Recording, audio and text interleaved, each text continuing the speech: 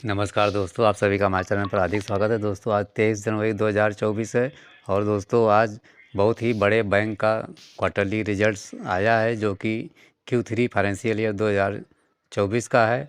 और वो दोस्तों रिजल्ट्स अब कहने लायक नहीं है कि कितना अच्छा है, अभी आप खुद देख लेंगे।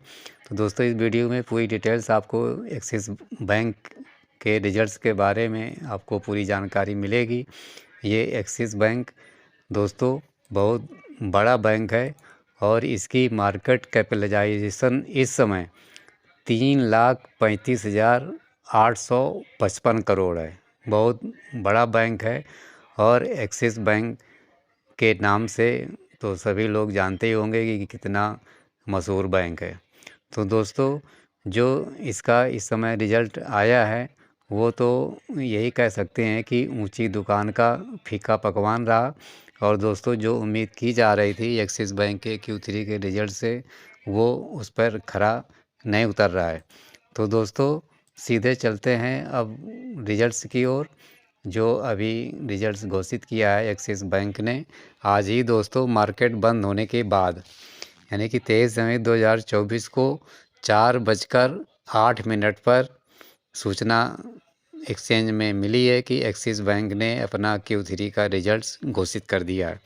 और यदि during the markets hours result घोषित होते तो हाल क्या होता वो भी मैं आपको बाद में बताऊंगा।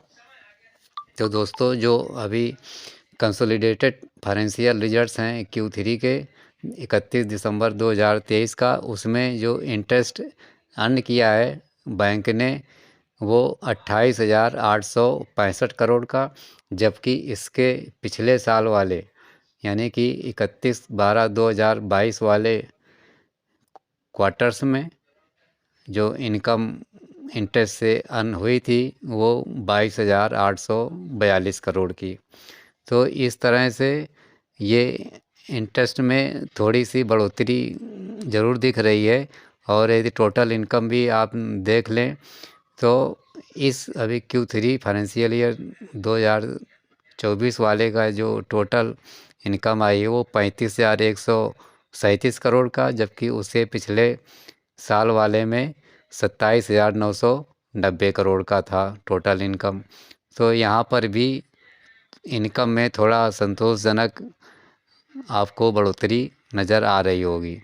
लेकिन यदि आप कंसोलिडेटेड नेट प्रॉफिट की तरफ नज़र डालेंगे तो दोस्तों अभी Q3 31 दिसंबर 2023 वाले में 6,493 करोड़ का नेट प्रॉफिट आया है, जबकि उसके पिछले साल वाले Q3 में 6,209 करोड़ का था। तो इस तरह से नेट प्रॉफिट में कोई ज़बरदस्त बढ़ोतरी नहीं हुई। यहाँ पर थोड़ा बैंक का रिजल्ट थोड़ा गड़बड़ रहा। लोगों की उम्मीद थी कि नेट प्रॉफिट काफ़ी अच्छा आना चाहिए, कम से कम जो नेट प्रॉफिट की लोग उम्मीद जताए थे वो 7,500 करोड़ के आसपास। तो दोस्तों ये तो रहा इनकम और नेट प्रॉफिट के बारे में। और दोस्तों जो बैंकों के लिए विशेष देखने वाली चीज़ होती है कि जो हमको नज़र रखना चाहिए वो होता है NPA। तो दोस्तों NPA की तरफ यदि एक्सिस बैंक का अभी Q3 का रिजल्ट देखें तो यहाँ पर ग्रास NPA का जो परसेंटेज निकल कर के आ रहा है वो 1.58%, जबकि उससे पिछले साल वाले क्वार्टर्स में 2.38% था। तो इस तरह से 2.38% से 1.58% पर ग्रास NPA आ चुका है। यहाँ पर थोड़ी राहत भरी ये खबर है।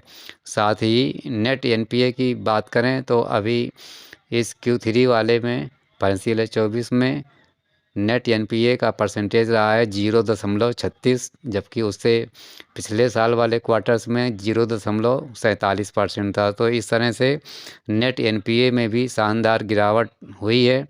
तो हम कह सकते हैं कि एक्सिस बैंक NPA के मामले में भी संतोषजनक इसके रिजल्ट्स दिखाई दे रहे हैं। तो दोस्तों और भी बात कर लेते हैं थोड़ा रिजल्ट्स के में क्या क्या स्थिति रही है। तो दोस्तों रिटर्न ऑन एसेट्स एनुअलाइज इस समय निकल कर के आया है 1.75, जबकि उससे पिछली बार था 1.92। और इस समय नेट वर्थ 1,36,015 करोड़ की, जबकि उससे पिछले वाले क्वार्टर्स में 1,22,663 था। और दोस्तों डेट टू इक्विटी रेशियो इस समय 1.36 का है, जबकि पिछले वाले क्वार्टर्स में 1.40 था। तो दोस्तों ये तो रिजल्ट्स जो एक्सिस बैंक के अब हम लोग कह सकते हैं कि मिला जुला रुख है, उम्मीदों पे खरा नहीं उतर रहा है। इसलिए कल जब 24 जनवरी 2024 को मार्केट्स खुलेगी तो दोस्तों उसमें आपको थोड़ा सेलिंग प्रेशर देखने को मिल सकता है। आज भी इसके शेयर्स में गिरावट हुई है। यदि आप एक्सिस बैंक का आज एनएससी पर देखें क्लोजिंग तो 1082 पर बंद हुआ है और ये 3.5% की ज़बरदस्त गिरावट देखने को आज मिली है। और दोस्तों आज इसका जो ओपनिंग हुई थी वो 1125 रुपये 90 पैसे पर और हाई चला गया 1141 रुपये 60 पैसे पर। लेकिन बिकवाली शाम तक चलती रही। सुबह थोड़ा ठीक था मामला, लेकिन उसके बाद बिकवाली हावी रही और 1078 रुपये 80 पैसे तक खिसक गया।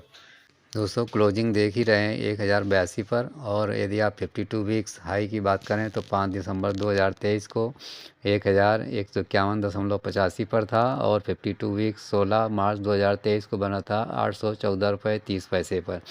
इस तरह से देखें तो एक्सिस बैंक का शेयर्स बिल्कुल एक मिनिमम चाल पे बीच में आपको डोलता हुआ दिखाई दे रहा है। 814 से और 1151 के बीच में बिल्कुल कंसोलिडेट होकर के, बिल्कुल चिपक करके, जिसको कहते हैं ना कि शेयर्स बिल्कुल रेंगता हुआ नज़र आ रहा है।